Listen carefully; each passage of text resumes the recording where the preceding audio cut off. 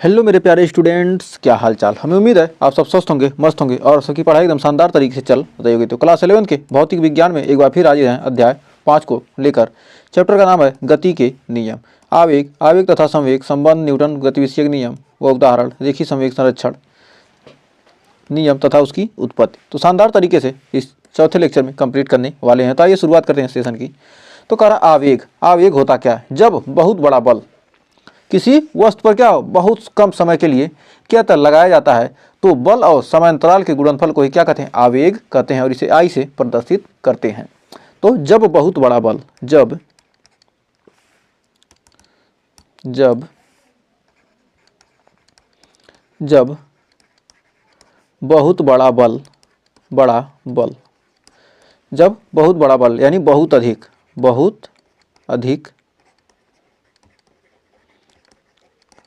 अधिक किसी वस्तु पर क्या किया जाए? किसी वस्तु पर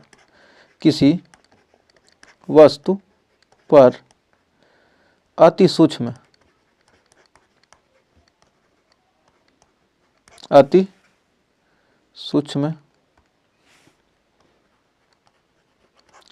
सूक्ष्म समांतराल के लिए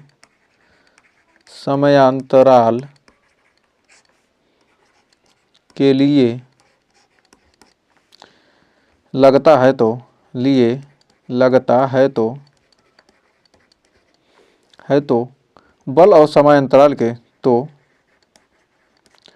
बल और समांतराल के समांतराल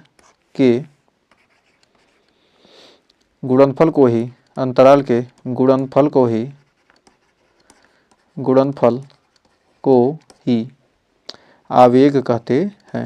को ही आवेग कहते हैं। इसे आई से प्रदर्शित करते हैं। इसे वेक्टर आई से प्रदर्शित करते हैं।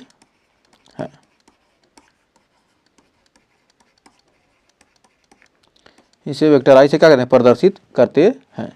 तो वेक्टर आई बराबर हमारा हो जाएगा vector F into delta T. तो वेक्टर आई क्या है? Vector F into delta T, जहाँ आई हमारा क्या? इम्पल्स यानी आवेग है, और एफ क्या है? लगने वाला बल है, और डेल्टा टी क्या? हमारा समय अंतराल है,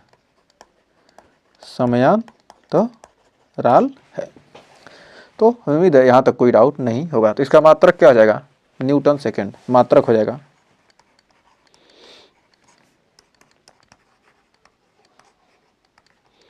न्यूटन सेकंड का मात्रक न्यूटन सेकंड या किलो ग्राम मीटर बटे सेकंड स्क्वायर गुणे सेकंड से क्या होगा? एक स्क्वायर कट गया, हमारा बच गया क्या? किलो ग्राम मीटर प्रति सेकंड।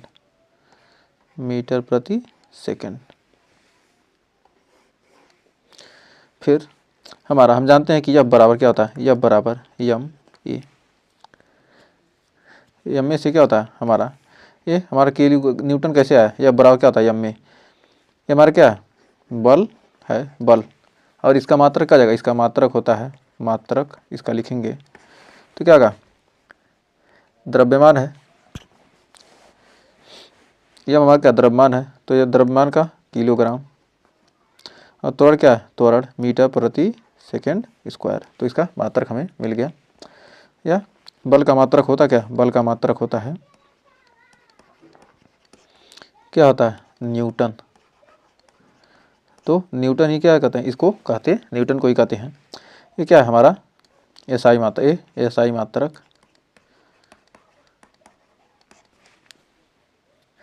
तो बढ़ते हैं आगे।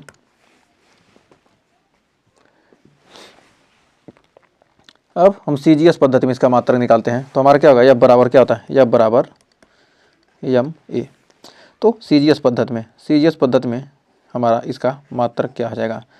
तो किलोग्राम को क्या लिख देंगे ग्राम, और मीटर को क्या लिख देंगे सेंटीमीटर बटे क्या हो जाएगा सेकेंड स्क्वायर, और यहाँ पर लिख देंगे हमारा क्या होगा न्यूटन को क्या लिखते हैं डाइन, बल का मात्रा क्या होता है डाइन, हमारा क्या हो जाएगा ग्राम सेमी सेकेंड इनवर्स या प्रति सेकेंड,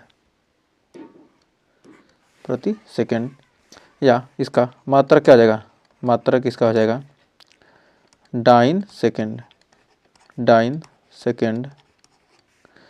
या लिखेंगे ग्राम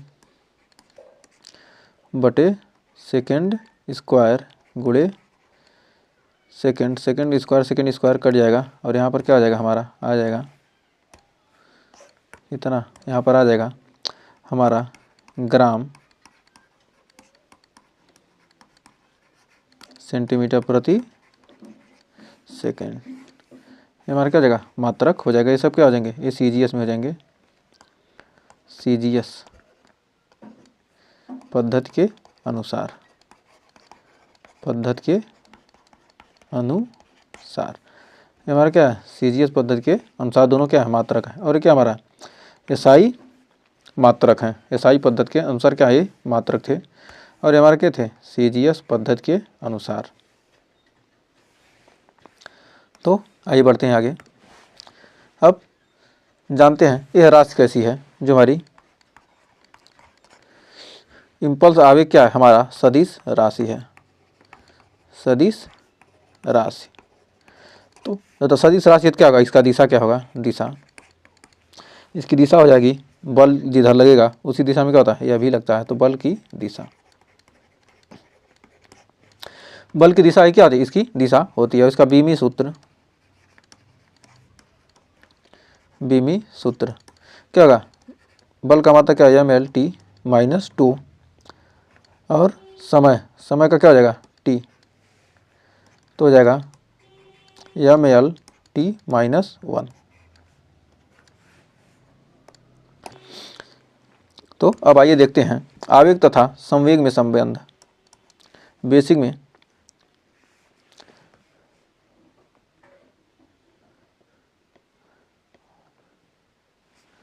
एक सेकेंड,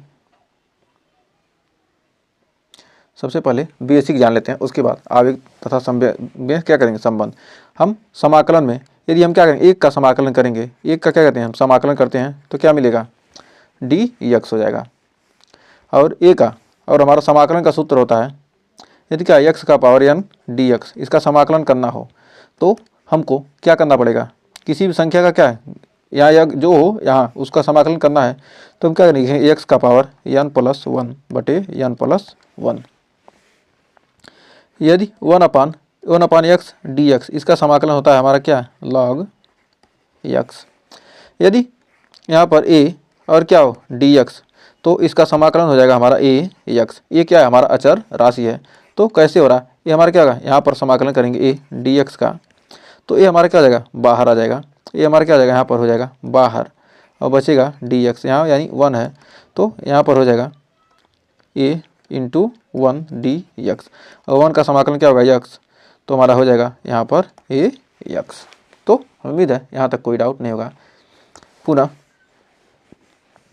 यदि यहाँ क्या यदि 1 का समाकलन कर रहे हैं dx तो हमारा क्या आ रहा है x आ रहा है, यहीं पर 2 का समाकलन dx करेंगे तो हमारा क्या आ जाएगा 2 बाहर आ जाएगा 1 × dx यानी हो जाएगा क्या 2x।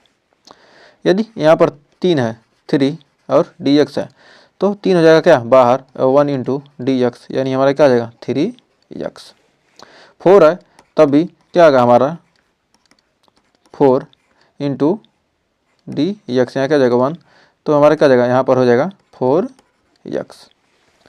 तो इसी प्रकार यदि x का पावर 1 है और यहाँ पर dx है तो इसका समाकलन होगा x 1+1/1+1 यानी हो जाएगा x²/2। यदि x का पावर क्या है 2 है और इसका क्या करना समाकलन करना है तो x का पावर 2+1 अपान क्या आ जाएगा 2+1 ये हमारा क्या होगा, x का क्यूब बटे 3। तो इस प्रकार क्या कर सकते हैं, हम समाकलन कर सकते हैं। यदि क्या हो, x का पावर 6 हो, इसका समाकलन करना हो और dx दे दिया, तो x का पावर क्या लिखेंगे 6 + 1, और नीचे भी क्या लिख देंगे 6 + 1, हमारा हो जाएगा x का पावर 7 बटे 7। तो ये क्या होगा, इस प्रकार समाकलन। यदि क्या हो, निश्चित समाकलन हो, ये तो क्या था, अनिश्चित समाकलन। यदि निश्चित समाकलन करना हो तो हमारा x का पावर क्यूब dx, और कहते क्या, a से b के बीच में क्या करना है, इसका समाकलन करना है। और यहाँ पर हर देना क्या होगा, प्लस c अचर राशि जुड़ जाता है समाकलन में।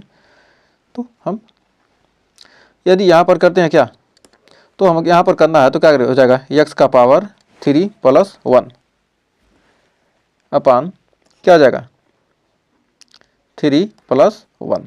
तो और क्या करेंगे, ये जो लिमिट है इसको क्या करेंगे, बड़े ब्रैकेट में क्या करेंगे, इसको बंद कर देंगे और a से b तक हम लिख देंगे। अब हमारा क्या जाएगा, x का पावर 4, यानी हो जाएगा हमारा क्या, x का पावर 4 बटे 4, x का पावर 4 बटे 4।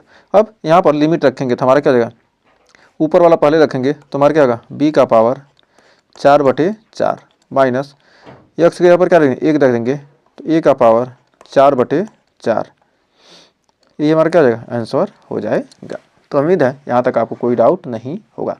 कुछ और देखते हैं। मान लीजिए क्या 2 से 3 के बीच में यदि क्या करें, हम समाकलन करते हैं, x का पावर 6 दे दिया और dx दे दिया, तो कर इसका लिमिट क्या 2 से 3 के बीच में क्या करना है, क्या इसको समाकलन। तो हमारा यहाँ पर क्या आ जाएगा 6 + 1 यानी क्या आ जाएगा, x का पावर 7 बटे 7, कहाँ से 2 से 3 तक। तो x का पावर कितना आ जाएगा 7, यानी 3 का पावर क्या करेंगे 7 बटे 7 माइनस 3 का पावर क्या आ जाएगा 2 का पावर 7 बटे 7।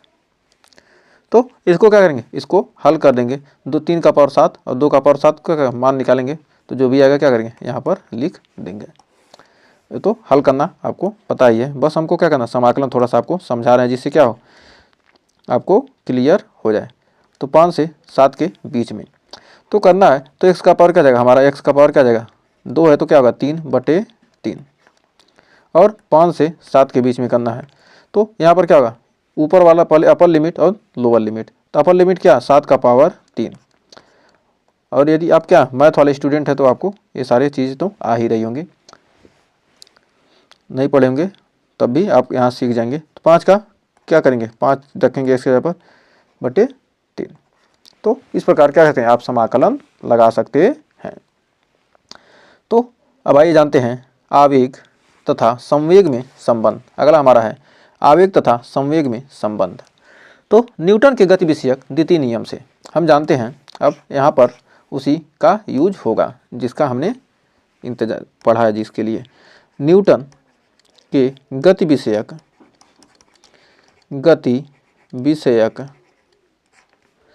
न्यूटन के गति विषयक द्वितीय नियम से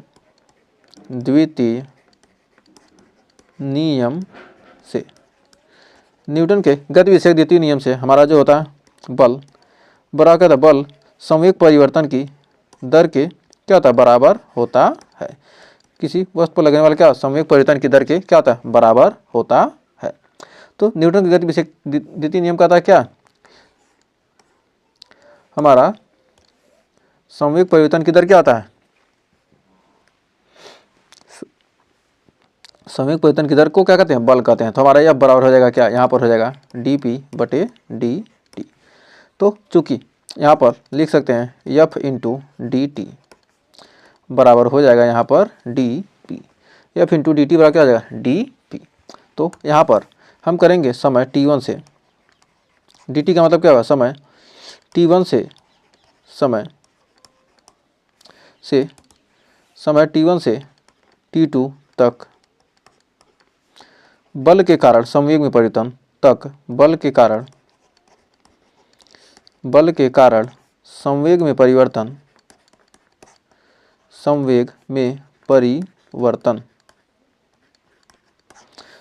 परिवर्तन P1 से P2 हो तो P1 से P2 हो जाता है, P1 से क्या होता है P2 हो जाता है, तब इंटीग्रेशन T1 से T2 तक F इंटू डी टी बराबर, और यहाँ पर क्या है डी पी है, किससे P1 से लेकर P2 तक। यहाँ पर क्या है एफ डी टी, और इसको यहाँ लिख दीजिए। यहाँ क्या जाएगा हमारा एफ डी टी बराबर क्या जाएगा डी पी। तो अब यहाँ पर क्या होगा, इतना आ गया। अब यहाँ पर क्या जाएगा, एफ आ जाएगा बाहर, एफ हमारा बाहर आ जाएगा। T1 से लेकर T2 तक क्या करेंगे हम, dt का क्या कर रहे हैं, समाकलन कर रहे हैं। यहाँ पर P1 से लेकर P2 के बीच हम क्या कर रहे हैं, dp का समाकलन कर रहे हैं। तो यहाँ पर समाकलन करेंगे तो हमारा क्या हो जाएगा, dt का हो जाएगा कितना t, T1 से लेकर T2 तक, और यहाँ dp का हो जाएगा हमारा p, किससे P1 से लेकर P2 तक। तो हमने ये चीज़ें क्या जान चुके हैं कि कैसे हमको समाकलन करना है। क्या था dp था, क्या यहाँ 1 है तो क्या होगा 1 का p हो जाएगा, और यहाँ t है तो dt है तो क्या dt का t हो जाएगा। तो अब हम जानते हैं f बराबर हो जाएगा f ब्रैकेट में T2 minus T1 upper limit minus lower limit बराबर upper limit minus lower limit. तो अब हमारा वस्तु पर आवेगी बल, वस्तु पर जो आवेगी बल है, वस्तु पर आवेग द्वारा लगा बल, वस्तु पर औसत आवेगी बल, वस्तु पर औसत आवेगी बल एफ एवरेज, आवेग द्वारा लगा बल क्या होगा F average into F average क्या डेल्टा टी समय के लिए लगता है। आवेगी बल एफ एवरेज का डेल्टा टी समय के लिए लगता है, समय के लिए लगता है तब, लगता है तब, डेल्टा टी समय के लिए क्या लगता है तब हम लिखेंगे F A B into delta T. T2 minus T1 क्या होगा हमारा डेल्टा टी, जब क्या होगा एफ डेल्टा टी बराबर P2 माइनस P1। तो F average into delta T बराबर क्या होता है delta P, F average into delta T बराबर क्या होता है डेल्टा पी, या इसको लिख सकते हैं एफ एवरेज वेक्टर फॉर्म में इंटू डेल्टा टी बराबर हो जाएगा डेल्टा पी। तो हमारा क्या होगा यहाँ पर आवेगी बल, और क्या होगा हमें उम्मीद है क्या होगा संवेग और क्या आवेग में संबंध क्या होगा आप जान गए होंगे। तो हमें उम्मीद है यहाँ तक आपको कोई डाउट नहीं होगा। हमारा क्या है आई एवरेज है। तो बढ़ते हैं आगे। तो अब जानते हैं न्यूटन के गति विषयक नियम के उदाहरण। तो न्यूटन के गति विषयक नियम के उदाहरण, कारण न्यूटन की गति विषयक प्रथम नियम के उदाहरण है, यदि कोई पुस्तक मेज पर रखी है तो वह तब तक उसी अवस्था में रहेगी जब तक उस पर कोई क्या करें, उस पर बाहर से कोई बल लगाकर उसे वहाँ से हटा न दिया जाए। हमारी क्या ये हमारी क्या एक पुस्तक है, वो क्या है हमारी मेज पर क्या की गई है, रखी गई है। इस पुस्तक को क्या करेंगे, जब तक हम क्या करेंगे मेज से क्या करेंगे हटाएंगे नहीं, इस टेबल पर क्या है रखी है, और जब क्या करेंगे जब तक हम पुस्तक को क्या करेंगे टेबल से हटाएंगे नहीं, तब तक ये पुस्तक क्या होगी मेज पर ही रहेगी जब तक उस पर क्या कर दिया जाए कोई बाह्य बल न लगाया जाए। फिर अगला कर रहा है दूसरा उदाहरण, कर न्यूटन के गति विषयक द्वितीय नियम का उदाहरण। ये हमारा क्या था प्रथम नियम का उदाहरण था। अब द्वितीय नियम का कर क्रिकेट की गेंद पकड़ते समय खिलाड़ी अपने हाथ पीछे की ओर खींचता है, जिससे क्या हो अधिक समय क्या हो कम समय क्या होगा बल का मान क्या कम लग हो जाएगा। यदि क्या होगा समय बढ़ेगा क्या बल का मान कम हो जाएगा और हमें क्या होगी चोट कम लगेगी। इसे क्या कहता है हाथ पीछे की ओर खींचता है, जिससे क्या होगा थोड़ा सा समय बढ़ जाएगा, जिससे क्या होगा चोट कम लगेगी, आसानी से गेंद क्या हो जाएगी रुक जाएगी। भरी हुई गाड़ी की तुलना में खाली गाड़ी को धक्का देना या खींचना आसान होता है, क्योंकि भरी हुई गाड़ी का द्रव्यमान अधिक होता है। तो भरी हुई गाड़ी का क्या होता है द्रव्यमान अधिक होता है, तो मतलब खाली गाड़ी को खींचना आसान होता है। यदि एक कार और एक बाइक को चलाने के लिए समान मात्रा में बल लगाया जाता है तो बाइक का त्वरण अधिक हो जाता है होगा, क्योंकि इसका द्रव्यमान कार की तुलना में क्या है कम है। एक कार और एक बाइक को चलाने के लिए समान मात्रा में क्या किया जाए, बल लगाया जाता है, तो बाइक का त्वरण क्या हो जाएगा, अधिक हो जाएगा, क्योंकि इसका द्रव्यमान क्या है, कार की तुलना में क्या होता है, कम होता है। अब न्यूटन के तीसरे नियम का उदाहरण कर, न्यूटन के गति विषयक तृतीय नियम के उदाहरण कर। पृथ्वी पर पड़ी गेंद जितने बल के द्वारा पृथ्वी को दबाती है, पृथ्वी उतने ही बल के द्वारा ऊपर की ओर क्या करती है, उसे उछालती है। जितनी तेज हम किसी चीज़ को क्या करेंगे, धरती पर पड़ते हैं, और उतनी ही तेज क्या होगा, धरती भी उसे क्या करती है, ऊपर की तरफ ढकेलती है। तो ये क्या है, हमारा क्रिया प्रतिक्रिया क्रिया। पानी में तैरते समय मनुष्य पानी को पीछे की ओर धकेलता है, इसके विपरीत प्रतिक्रिया के कारण ही वह आगे की ओर जाने लगता है। क्या करते हैं, पानी में तैरते समय मनुष्य क्या करेगा, पानी को पीछे ढकेलेगा, और जब पीछे ढकेलेगा क्या आगे, पानी आपको आगे ढकेलेगी। तो इस क्रिया प्रतिक्रिया के कारण क्या होते हैं, हम तैर सकते हैं। तो न्यूटन के तृतीय नियम का उदाहरण है हमारा तैरने का। बंदूक गोली छूटने पर पीछे की ओर क्या करती है, गति करती है। पीछे की ओर जितना ज़्यादा धक्का देगी उतना तेज क्या होगी, आगे की तरफ बढ़ती है। अब न्यूटन का गति का तृतीय नियम हमारा क्या है। न्यूटन का गति का हमने तृतीय नियम क्या पढ़ा है, क्रिया प्रतिक्रिया का नियम। क्रिया प्रतिक्रिया नियम भी कहते हैं। न्यूटन के तृतीय नियम को क्या कहते हैं, क्रिया प्रतिक्रिया नियम भी क्या कहते हैं, भी कहते हैं। न्यूटन के तृतीय नियम को क्या कहते हैं, क्रिया प्रतिक्रिया नियम भी कहते हैं। क्रिया और प्रतिक्रिया का मतलब हुआ क्या। क्रिया वस्तु के द्वारा दूसरी वस्तु पर लगाया गया बल। एक वस्तु के द्वारा दूसरी वस्तु पर लगाया गया बल। दूसरी वस्तु पर लगाया गया बल। एक वस्तु के द्वारा दूसरी वस्तु पर क्या किया गया, लगाया गया बल, और दूसरे वस्तु के द्वारा पहली वस्तु पर लगाया गया बल। दूसरे वस्तु के द्वारा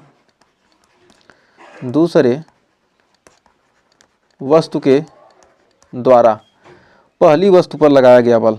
पहली वस्तु पर लगाया गया बल। तो दूसरी वस्तु पर दूसरे वस्तु पर क्या, पहली वस्तु द्वारा, अब एक वस्तु पर क्या होगा, दूसरी वस्तु पर द्वारा लगाया गया बल क्या होगा, क्रिया। क्या कहते हैं, हम किसी वस्तु पर बल लगाए तो क्या क्रिया किए, और वह वस्तु हमारे ऊपर बल लगाए तो क्या हुआ, वह प्रतिक्रिया हो गया। तो हमें उम्मीद है यहाँ तक कोई डाउट नहीं होगा। बढ़ते हैं आगे। कर रेखी संवेग संरक्षण का नियम। रेखी संवेग संरक्षण का नियम होता क्या है। कर इस नियम के अनुसार बाह्य बल की अनुपस्थिति में किसी निकाय का रेखी संवेग क्या होता है, संरक्षित होता है। मतलब इस नियम के अनुसार बाह्य बल मतलब क्या किया, किसी वस्तु पर क्या किया है, रेखी गति कर रही है, उस पर क्या किया गया, बाह्य बल न लग रहा हो तो उस निकाय का रेखी जो संवेग होगा वह क्या होगा, संरक्षित रहता है। तो लिख सकते हैं इस नियम के अनुसार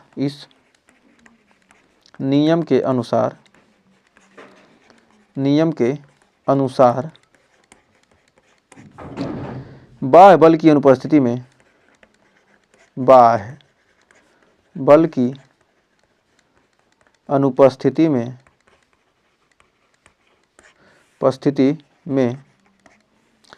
किसी निकाय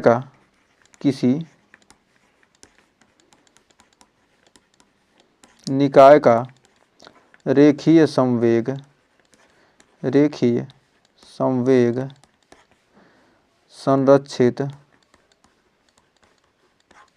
संरक्षित रहता है। किसी निकाय का रेखीय संवेग क्या होता है, संरक्षित रहता है। तो अब जानते हैं रेखीय संवेग संरक्षण के नियम की उत्पत्ति। तो रेखीय संवेग संरक्षण के नियम की उत्पत्ति आइए देखते हैं। तो सबसे पहले किसी कण के लिए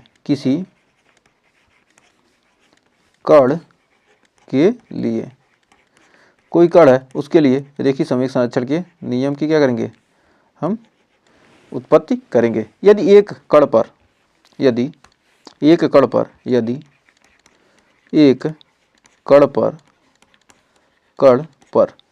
डेल्टा टी समय के लिए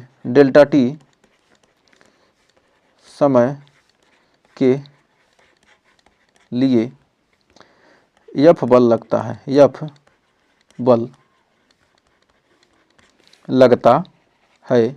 और उस वस्तु में संवेग में परिवर्तन क्या होता है, डेल्टा पी हो जाता है। यह बल लगता है और उस वस्तु में उस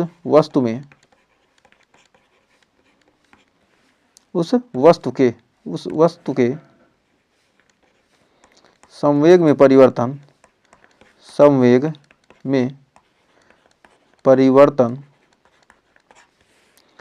डेल्टा पी हो जाता है। अतः हम कह सकते हैं कि न्यूटन के गति विषयक द्वितीय नियम से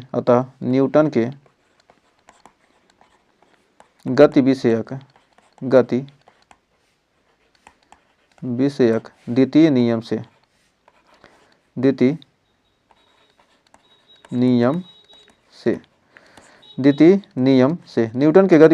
नियम से हम कह सकते हैं वेक्टर F बराबर डेल्टा P अपान डेल्टा T। तो यदि कण पर कार्यरत कुल बल क्या हो, शून्य हो, तब यदि कण पर कार्यरत कुल बल शून्य हो तो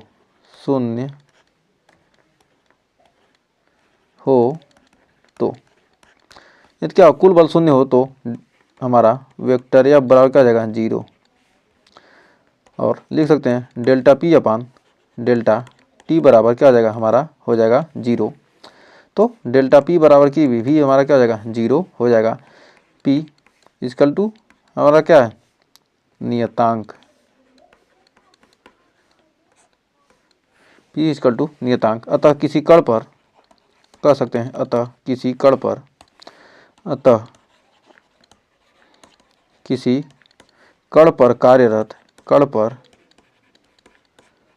कार्यरत कुल बाह्य बल शून्य हो तो कण पर कार्यरत कुल बाह्य बल शून्य हो तो कण का रेखीय संवेग संरक्षित हो तो कण का रेखीय संवेग क्या होगा, संरक्षित रहता है।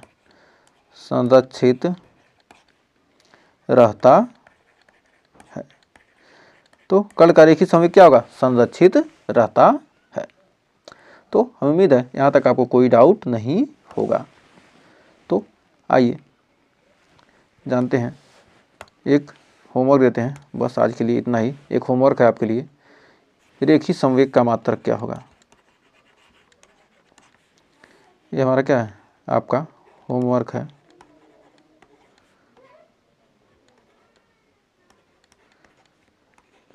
है। रेखीय संवेग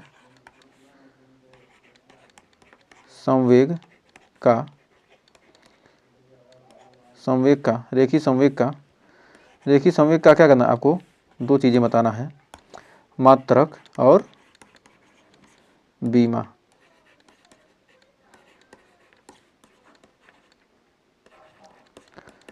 कमेंट में ज़रूर बताइएगा।